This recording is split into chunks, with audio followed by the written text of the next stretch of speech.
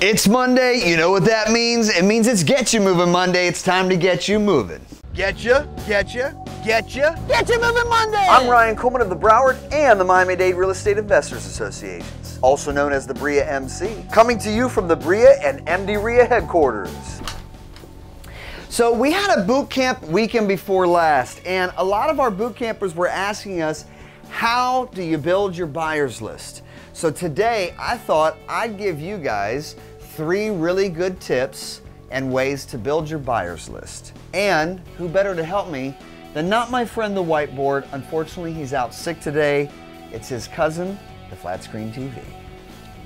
So one of the most important aspects of building your real estate business, especially in the business of wholesaling and flipping properties, is building your buyer's list. So today I want to talk about 3 effective ways of building that buyer's list. And it's not just in the beginning of your business. In this business, we continually want to add and build to our buyer's list because you never know when one buyer is going to drop off. You need to have another buyer. You always want to have as many options as possible, especially having niche buyers depending upon the county, the situation with the property. You don't want to have in this business a property that you can't sell just simply because you don't have the right buyers profiled for that type of property.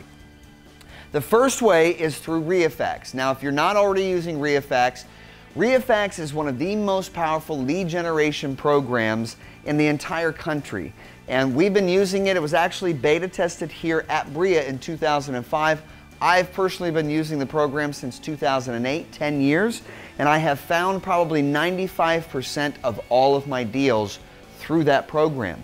Now, throughout the years, we have seen Francisco Mago, who is the owner and programmer of REIFax. We've seen him add certain things because one of the things we love about REIFax is that they're always listening to us as the investors to say, hey, what do you want my program to do? So a couple of the additions have been a follow-up system for making offers, but more important to today's conversation, the addition of their Buyers Pro. So Buyers Pro in REIFax will pull from public record. It will usually pull from per county, but you could also filter that search to look for certain cities and zip codes.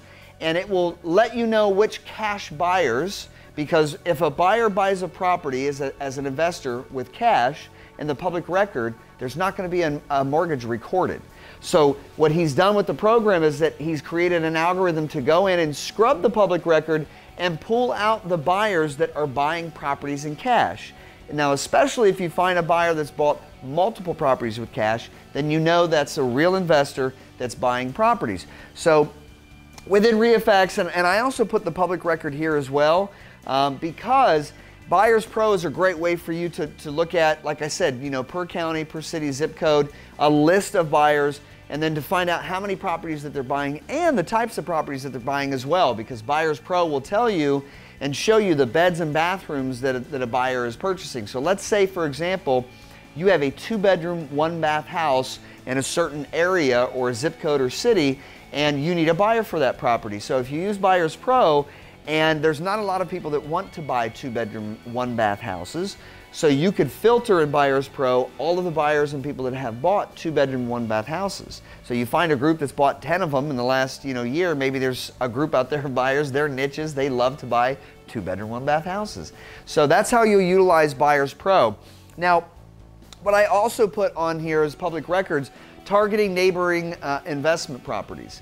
So let's say that your property, that 2-bedroom, 1-bath, okay, and what you do is you take the addresses that are next to it. Let's say it's in an area where all the properties were developed by the same developer, which most are, and the properties right next door are all rental properties and they're basically identical. They're 2-bedroom, 1-bath houses, they're 3-bedroom, 1-bath houses. Then what you can do in the public record is just simply go into the property appraiser site to look at those individual properties and look and see who the buyer is. Now, you can do the same thing in REIFax as well, but just in case there's, for some reason you don't have REIFax or you can't get REIFax or don't want to get REIFax, then you can use the public record. Now, the next way is by signage. Now, what do I mean by signage? So I put properties that you have for sale. Now, If the person is still living in the property, the seller's still living in the property, most likely they're not going to allow you to put signage in the front, but you can always ask. You know what I always say is that if you don't ask, the answer is always going to be no. So what I'm really referring to is more of the vacant properties that we have in contract. So if you put a sign in the front of a vacant property that you have in contract that you're selling, you might already have, even if you already have a buyer's list built up. Again, this is not just about building your buyer's list in the beginning. This is continuing to build your buyer's list so that you have longevity and success for your real estate business. So properties that you have for sale, a vacant property, put the sign in front, make it a large sign, that says, we buy properties or we sell properties, either way, because you can actually use the signage to attract sellers as well. But you can put in the signage in that property so that you're advertising now, hey, this property is for sale. And what the idea is that, investors, and not just, even if it's a large investor group, not just investors themselves, they have bird dogs, real estate agents, people that are always out in the neighborhoods and looking for properties. So if they see some signage that says, I have this property for sale, we sell wholesale properties, then hopefully they'll give you a call and you can connect with a new buyer. I also put in vacant abandoned properties. So let's say you got a property in an area but you don't have it in contract, but it's vacant and abandoned. You can put your signage there as well that says, property for sale, we sell properties. And if you get a call on that sign, obviously if you don't have the property in contract, it's just more or less having the conversation with them to say, well, this property is already locked up or somebody else is already purchasing this property, but we might have other properties for you in the future. So for those of you that are just starting out and you've only got one property for sale, that's the conversation that you have. You just always let your buyers know, oh, somebody else is purchasing that property, but I will have more properties coming up in a few weeks or in next month. So you can always kind of dangle that carrot, but the idea is to get as many of those people and qualify them, ask them what type of properties that they're looking for, how much they're wanting to spend on properties, all the above, so that you can qualify those people that are calling on your signage. Okay, so number 3, social media and networking, which are almost one and the same thing. Social media is just networking online. So connecting with Facebook groups. There are groups out there that buy properties that do put up Facebook pages. So you can just do a simple search and you can actually create a Facebook page for free. And you better do it now because it's free now, but they will be charging sooner than later. You can create a Facebook page to put on Facebook and connect with these other groups. So that way, when you have a property for sale, put your property up on Facebook. If you've connected with these groups, maybe you'll get that first call from them to say, oh, that's a 3-bedroom, 2-bath house in Sunrise. We specialize in buying 3-bedroom, 2-bath houses in Sunrise, so we're interested in purchasing this property. And then now you've added another buyer to your buyer's list. So social media is a great way to connect with some of those buying groups that already have a Facebook page that you can use the social media, Facebook. You can use Instagram and other platforms to connect with them and to consistently try to create those connections. Now, your REIA meetings and other events. Of course, coming to any BREIA or any MD REIA meeting, you'll always meet buyers. We have people that come through all of the time. We had a group that came through a BREIA meeting at the beginning of this year, and they represent a $1.4 billion fund. And you would have never known it unless you started talking to them, because people don't walk around with signs on them that's saying, I'm a billionaire, I buy a lot of properties. But one of the actual principals came because they're buying a lot of properties in Florida and they wanted to meet us. So you never know when you go to one of these REIA meetings, to one of our meetings or anyone else's meetings. You guys always know that I always promote success in every way. I'm not selfish. Even though I want you to come to all of my meetings, you are allowed to go to other people's meetings as well. And events too. Events could be, they could have a real estate expo show or a developers showcase or something coming, that's going on, or for realtors and brokers. Remember, there are some brokers out there, some real estate agents that are successful investors that buy a lot of properties, or they are successful real estate agents because they represent a lot of buyers. So when you network at those events, you're going to be networking with those people as well.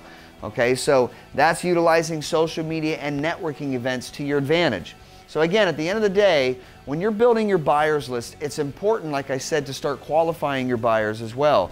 You want to find out what type of properties they're buying, how much that they're spending, what type of properties they're looking for. If it's a fire damage or mold damage property, are they still willing to buy those types of properties? And now you know what time it is. Announcements.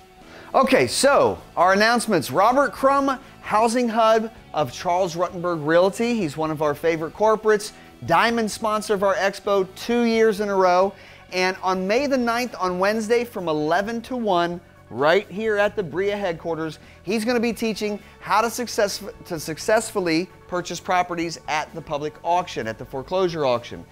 Robert specializes in buying properties and representing other investors purchasing properties. We hear a lot of nightmare stories of people that don't know what they're doing trying to purchase properties off the foreclosure auction. So make sure if you want to buy properties at the auction, this is the guy that you need to see. So Robert Crum will be here May the 9th on Wednesday from 11 to 1. And the next event that I want to announce is one of our other favorite corporate members, Rich Meyer of the Default Investors Association. He's going to be on May the 12th, Saturday from 8 a.m. to 5 p.m. at the Hilton Garden Inn, that's off Sterling Road in Dania Beach. And he's going to be teaching how to make money from foreclosure surplus funds and recovery. So this is a completely different way to think about making money off of foreclosure than just simply flipping properties or buying properties, foreclosed properties. So very interesting stuff. And back by popular demand, because this is the second year in a row that we've had Rich come back, because this is a very hot topic right now. Surplus funds is a very hot topic. So you're not going to want to miss either one of those events. All right, boys and girls, well, unfortunately, that's all the time that we have for today's episode. I hope you guys learned a little bit about the importance of building your buyers list. So get out there and start finding those buyers so you can sell them some properties. Make sure that you guys follow us on Facebook, both for the Broward Real Estate Investor Association and the Miami-Dade Real Estate Investor Association. Also, follow us on YouTube, and we will see you guys at either one of these next two events or at our monthly meetings. For the Miami-Dade meetings, we meet the first Tuesday of every month. For the Broward meetings, the first Wednesday of every month. And as I always say, in between now and the next time that we see each other, make every day a new opportunity for your success.